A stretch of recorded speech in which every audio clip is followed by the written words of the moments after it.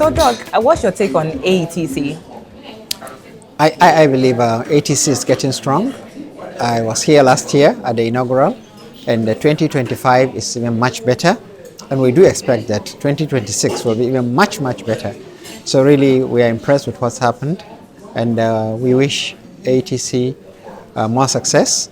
It takes time to build big events like this, but given the caliber of people we are seeing and the advertisers, I think we are on the right track.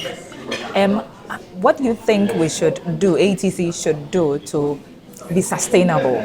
Because we see conferences like this, but they end up not going anywhere. Like, how do we take it on? Like, do it yearly like you're doing now?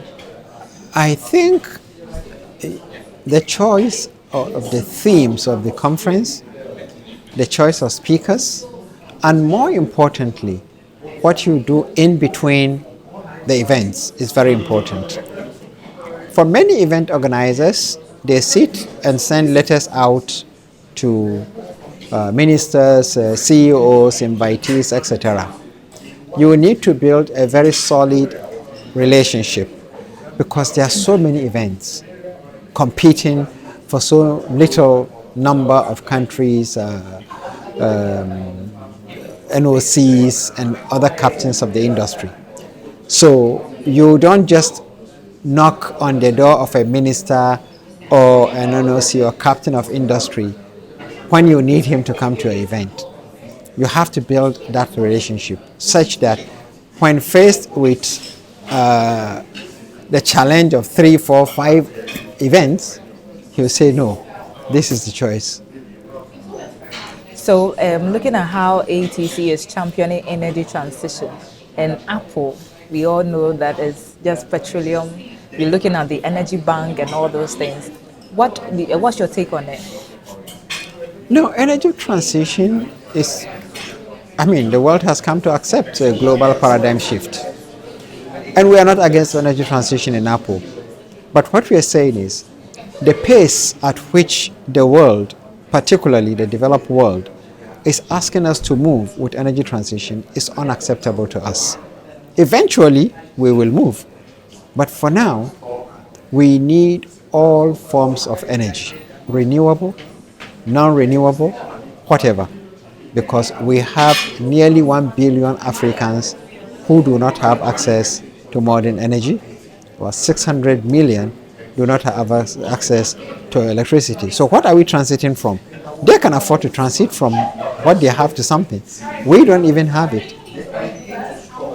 What's the future for AETC? How do you envisage AETC? Like I said, we are in partnership, that is APPO, with AETC. We'll continue to give it the support. It needs to be able to get stronger. I think it should try to develop a niche for itself in technology matters. Focus on technology. Let it be the subject of interest to anybody coming to talk about African oil and gas industry. Don't go into what others are doing, especially when those others have established a solid name in those places. Let your themes focus more on technology, and in so doing, also work hard to ensure that it's not just talk, but have big exhibitions where people can come, firms, and show what they have been able to do in terms of technology in the oil and gas industry. As a sponsor, and the name Africa Energy Technology Conference, you think they are deviating from the actual name of the conference?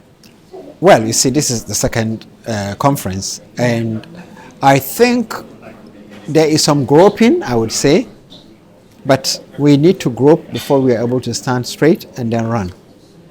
So I think that is it.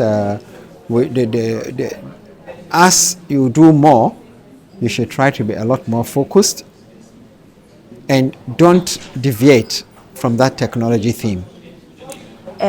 to my last question about technology, right now we see AI lurking at the door.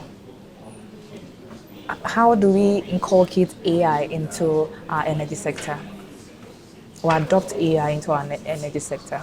Artificial intelligence has now become, I mean, tell me which industry can be sustained in the next 5 years or 10 years without AI. Virtually nil, really. So it is the thing to go into. And the earlier we identify, we accept that, and work towards integrating it into what we are doing, I think the better. Okay, Doc. Thank you very much. You're welcome.